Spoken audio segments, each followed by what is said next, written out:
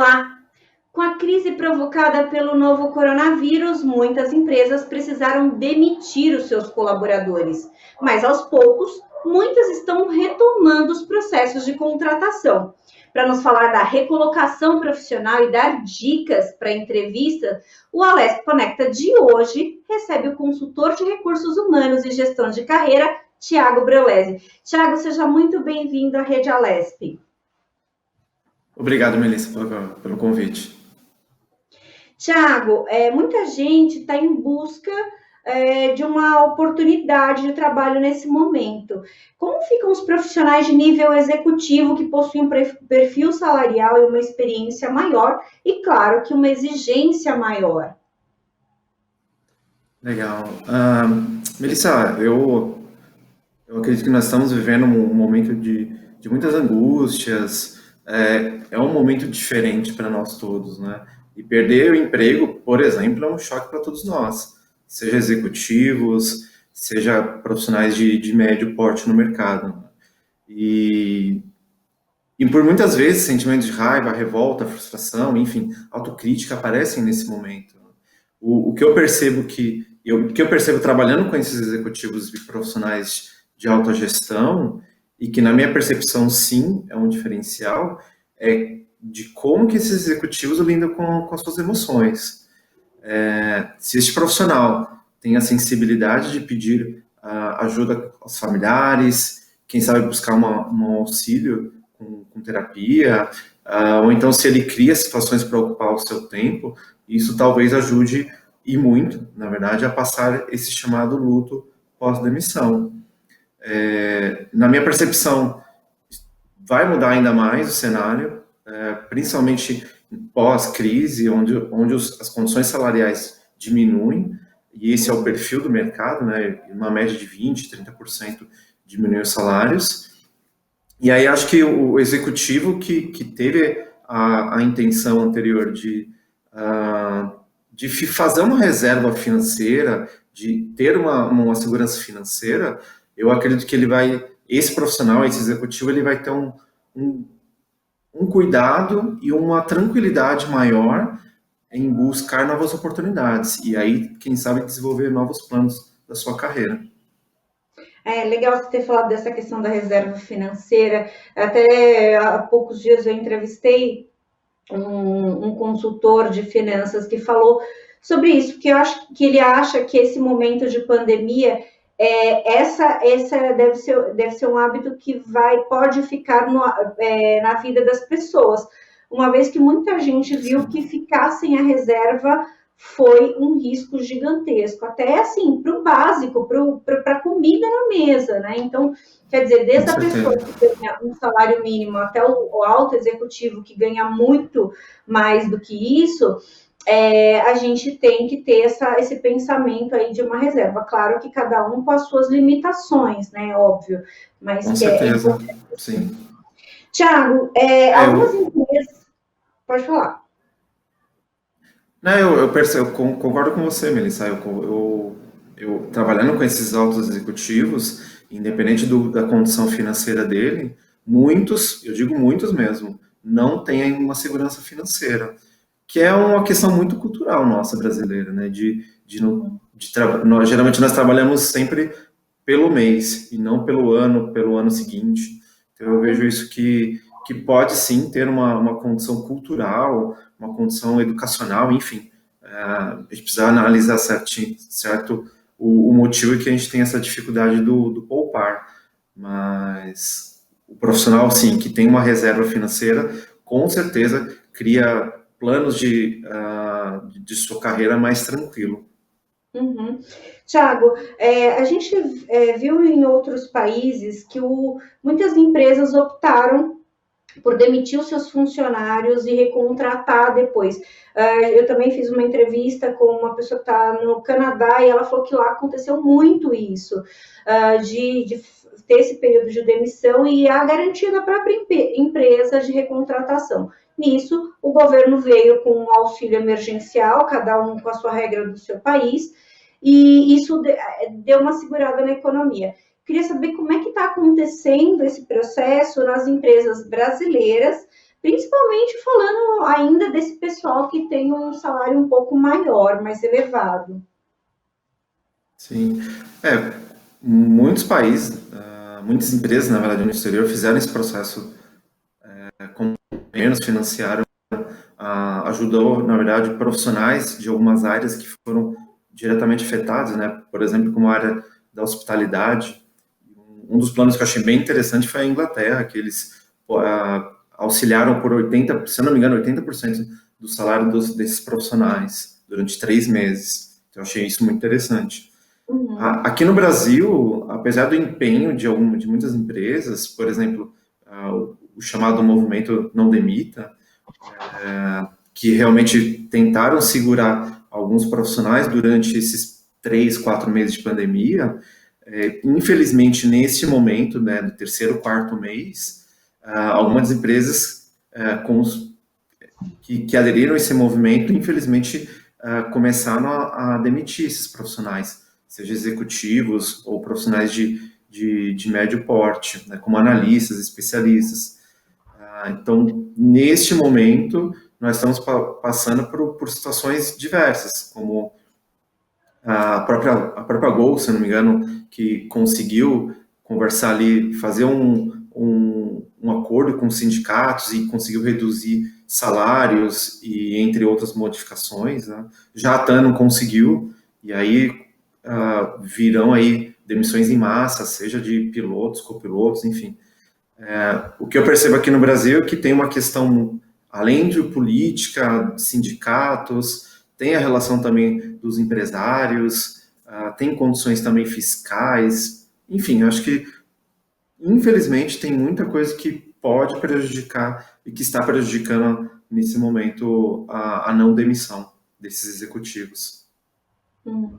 Tiago, a gente viu as mudanças de relações profissionais, mudanças drásticas, né? Seja algumas empresas que optaram pelo home office, outras que fizeram rodízio dentro dos seus ambientes de trabalho. Você acha que essas relações no futuro elas vão permanecer diferentes, no sentido de que algumas empresas acabaram vendo que o home office pode ser rentável, e aí você economiza ali com a infraestrutura da empresa, a própria colocação do profissional, a própria contratação do profissional tem mudado, uma vez que muitas têm utilizado o sistema online para fazer essa contratação. Você acha que isso tudo vai ter um impacto para o dia a dia das empresas no pós-pandemia? Eu acredito que sim, Melissa. O sistema home office, para nós brasileiros, né, que antes era um conto de fadas, vamos dizer assim, acho que hoje, a curto prazo, as empresas aprenderam como os líderes, como nós mesmos, conseguimos, aprendemos a adaptar a esse processo de atividade. Acho que eu acredito que no primeiro momento foi um baque grande para todo mundo, e eu digo todos nós mesmo, empresas, contratantes, contratados, enfim, porque nós mesmos não tínhamos estrutura, por exemplo, que comportasse em casa, internet boa, um computador, que hoje, ao longo desse período, com certeza melhoramos muito a estrutura. O que eu fico muito, a reflexão que eu faço é que, de fato, isso vai fazer parte da nossa vida, com certeza. A preocupação que eu tenho é como que as relações interpessoais vão continuar. Uma vez que eu posso trabalhar 3 dias em casa, como é que a empresa vai linkar a questão cultural dela para nós, já que tem aí um desequilíbrio ou um afastamento da questão cultural da empresa. Então, eu acredito que os RHs, vamos dizer assim, precisarão trabalhar nessa segunda parte, vamos dizer assim, para que o colaborador não perca a cultura, a forma de trabalho da empresa, que é um ponto aí que com certeza precisaremos avaliar mais para frente. A gente também não pode esquecer, né, Thiago, que o clima do trabalho também ajuda, é um motivacional, né? Então, quando você tem um Sim, ambiente leve, descontraído, isso ajuda na produção da empresa. O contrário também prejudica, é óbvio, mas psicologicamente as pessoas vão ficar suscetíveis. Eu até estava vendo um especialista falando sobre isso, o impacto da questão psicológica nos colaboradores precisa ser observado por todos nesse momento, porque de repente isso vai trazer consequências aí que pode afetar e pode não afetar a produtividade, né? Mas tem que ser observado. com certeza. O que eu vejo, e aí é uma coisa que teve um impacto grande, né? Por exemplo, mulheres que têm filhos e que os filhos ficaram em casa, né? Digo homens, marido e mulher, enfim, o relacionamento Uhum. assim se mudou bastante. Porque imagina eu trabalhar e dar atenção para a educação do meu filho, porque ele também está estudando e geralmente estuda do meu lado, na minha frente. E aí eu tenho que me preocupar com as relações de casa, tenho que me preocupar com uma série de coisas, né? Então, eu acho que a questão emocional, principalmente nesses primeiros meses, foi muito afetada, né? Os Uhum. profissionais. Além do que, o excesso de carga horária que nós trabalhamos. Então, Uhum. geralmente ficamos logados aqui 8, 10, 11 horas por dia, e respondendo e-mail e fazendo uma atividade ou outra. Então, eu acho que é uma questão, claro, foi um período de adaptação, mas nesse momento a preocupação, sim, das empresas, dos RHs, de olhar para esse profissional que está trabalhando em home office.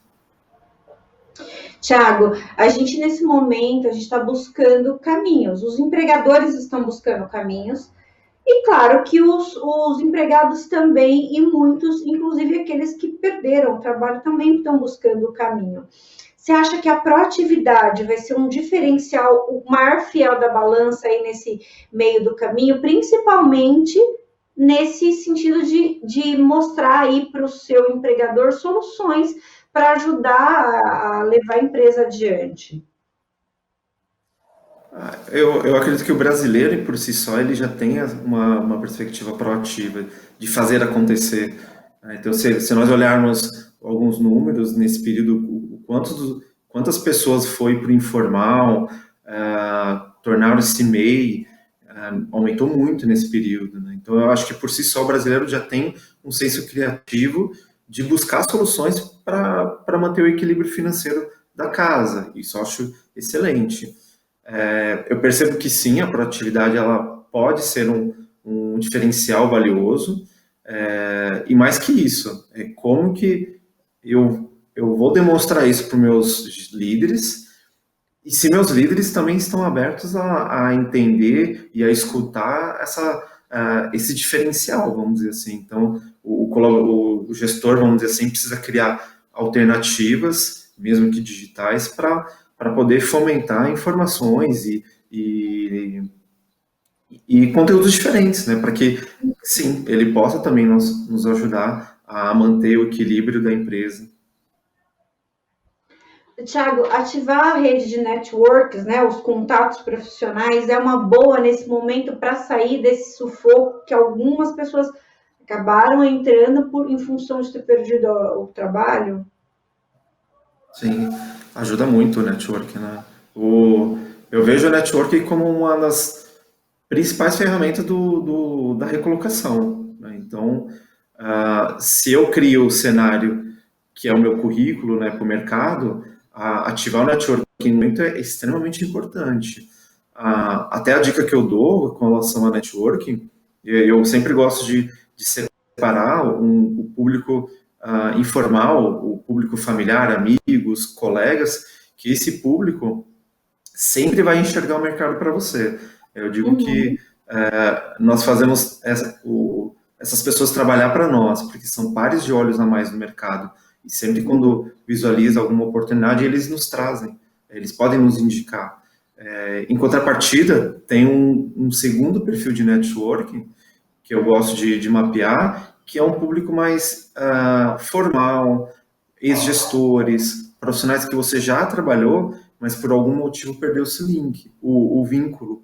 E aí é legal quando nós mapeamos e colocamos no papel, de fato, esses dois públicos, que a gente começa a criar situações para como chegar nessas pessoas, como chegar nesse público diferenciado. E eu percebo que, sim, o network ainda é uma das principais ferramentas para uma recolocação mais ágil. É interessante isso que você está falando, porque são coisas, são distintos dentro dessa questão do network. Um é você fazer a lista dos seus gestores e outra das pessoas à sua volta, né? Então, quer dizer, são níveis diferentes de contatos e que vão chegar a um objetivo interessante, talvez num tempo menor. Bem legal isso daí, viu? Bem bacana. Com certeza, com certeza. Eu sempre digo que esse público formal, vamos dizer assim, ex-gestores, ex-pessoas que você já trabalhou, você precisa ter um cuidado maior para conversar, para abordar sobre esse assunto. Então, não é simplesmente, depois de 5, 10 anos do não relacionamento, pedir uma ajuda. Acho que você precisa construir uma relação novamente com a pessoa, para que aí, de fato, entre nesse assunto. Ao contrário, por exemplo, dos meus amigos e familiares, né? É um público que vai me ajudar hoje, amanhã e daqui uma semana. Então, eu gosto de separar esses públicos para a gente criar planos de ação para determinados grupos ali, pessoas. Tiago, o LinkedIn é uma rede para todos os níveis, o que pode e o que não pode ser usado nessa rede. Aliás, essa é uma rede que a gente, para quem não conhece, é uma rede mais voltada para o ambiente profissional, mas ela é uma incógnita, nem todo mundo sabe lidar com o LinkedIn. É verdade, é verdade. Na minha percepção, hoje é uma das principais e talvez uma das melhores ferramentas digitais para a busca de oportunidades. No LinkedIn, por exemplo, se você pensar só na questão da vaga em si, talvez você esteja trabalhando com 1/10 do que ela pode te oferecer. Então, o LinkedIn sim é uma rede de relacionamentos profissionais. Em alguns momentos, e aí é uma recomendação, é de tentar não utilizar o LinkedIn como uma extensão, por exemplo, de outras plataformas de relacionamento. Não é essa a intenção dela, né, do LinkedIn, mas eu acredito que sim, Melissa. O LinkedIn é para todos os níveis profissionais. A questão é como eu posso utilizá-la para o meu benefício. Se eu estou buscando oportunidades com processo de trainee, poxa, que legal, então eu preciso avaliar que tipo de empresa eu vou seguir, que tipo de profissionais daquela determinada empresa eu vou solicitar uma conexão. Em contrapartida, sou um profissional de alto nível, um executivo, enfim. A gente precisa, pelo menos, nos atentar como utilizá-la para o meu benefício, seja para networking, seja para postagens profissionais, enfim. O LinkedIn você consegue utilizar para muitas coisas. É só tomar atenção, tomar cuidado, de fato, como utilizá-la para o meu benefício. Senão, ela tende a ser prejudicada. Você vai se prejudicar ao utilizar a ferramenta. Tiago, a maioria das empresas estão contratando online, né? É uma coisa, né, que não teve como escapar desse ambiente. Eu queria saber o que pode, o que não pode nesse ambiente online. Uau, boa pergunta, Melissa. A gente tem uma dificuldade enorme, primeiro, em falar no digital, porque não é o nosso costume, né? Não tínhamos essa rotina. E aí muitas pessoas começaram a se preocupar, não, como é que eu gravo, como é que eu utilizo?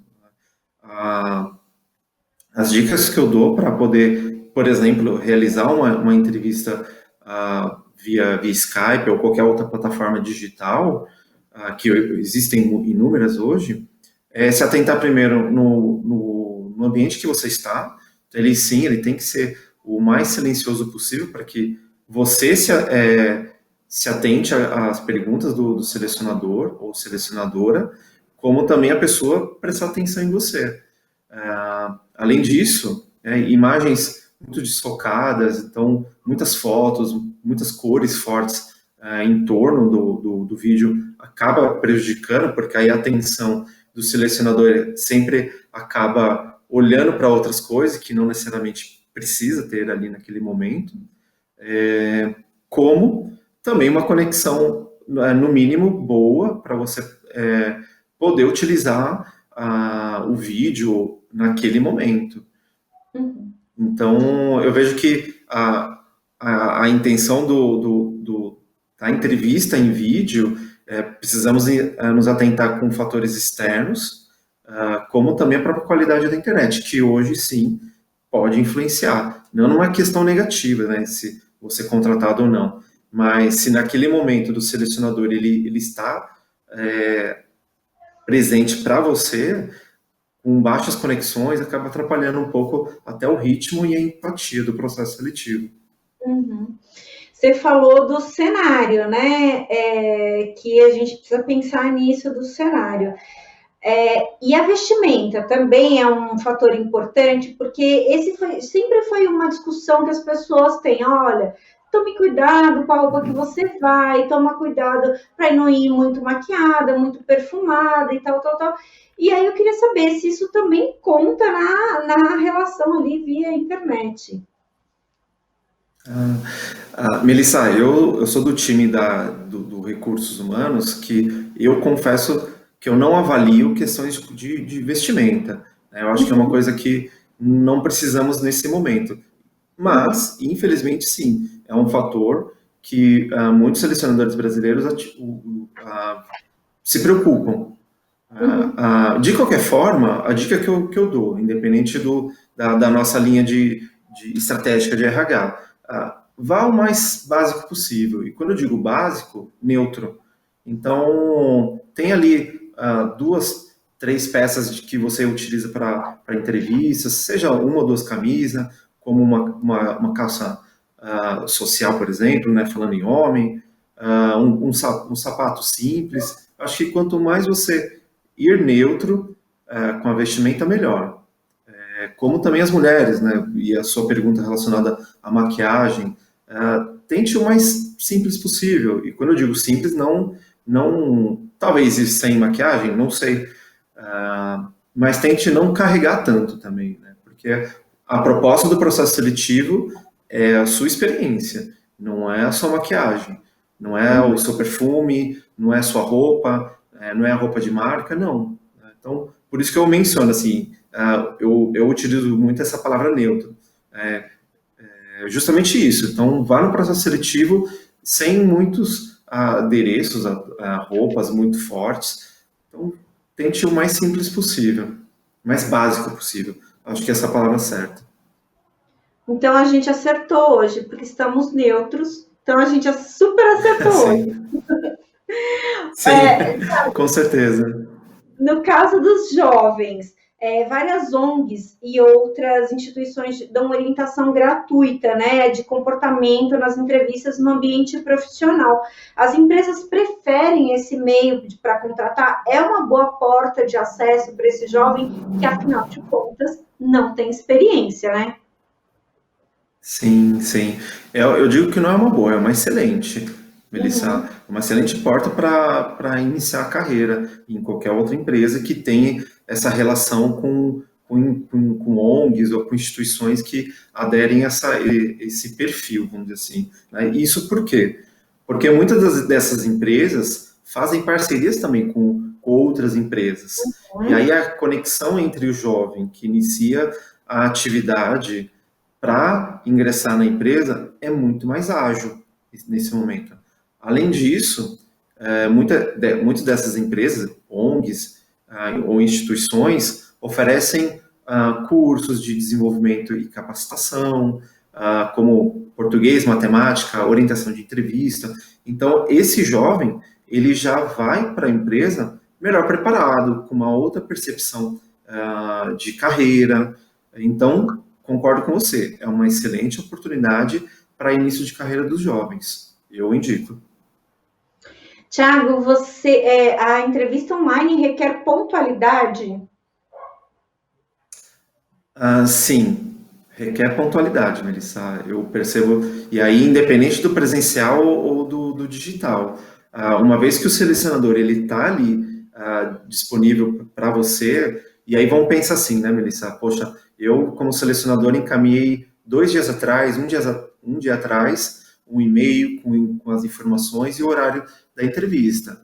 Então, subsentende que o profissional, ele se organizou, ele organizou sua agenda para participar daquele momento. Então, sim, Melissa, com relação a atraso, claro, vivemos em São Paulo, que é uma bagunça, trânsito, mas pensando no digital, onde não tem esses fatores externos, talvez um dos poucos fatores que poderia influenciar de fato o atraso é a conexão com a internet, porque do mais não tem justificativa.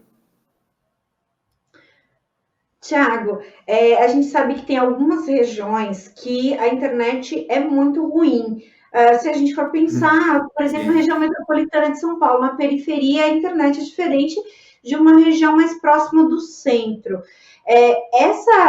E aí a gente sabe que tem aquele delay.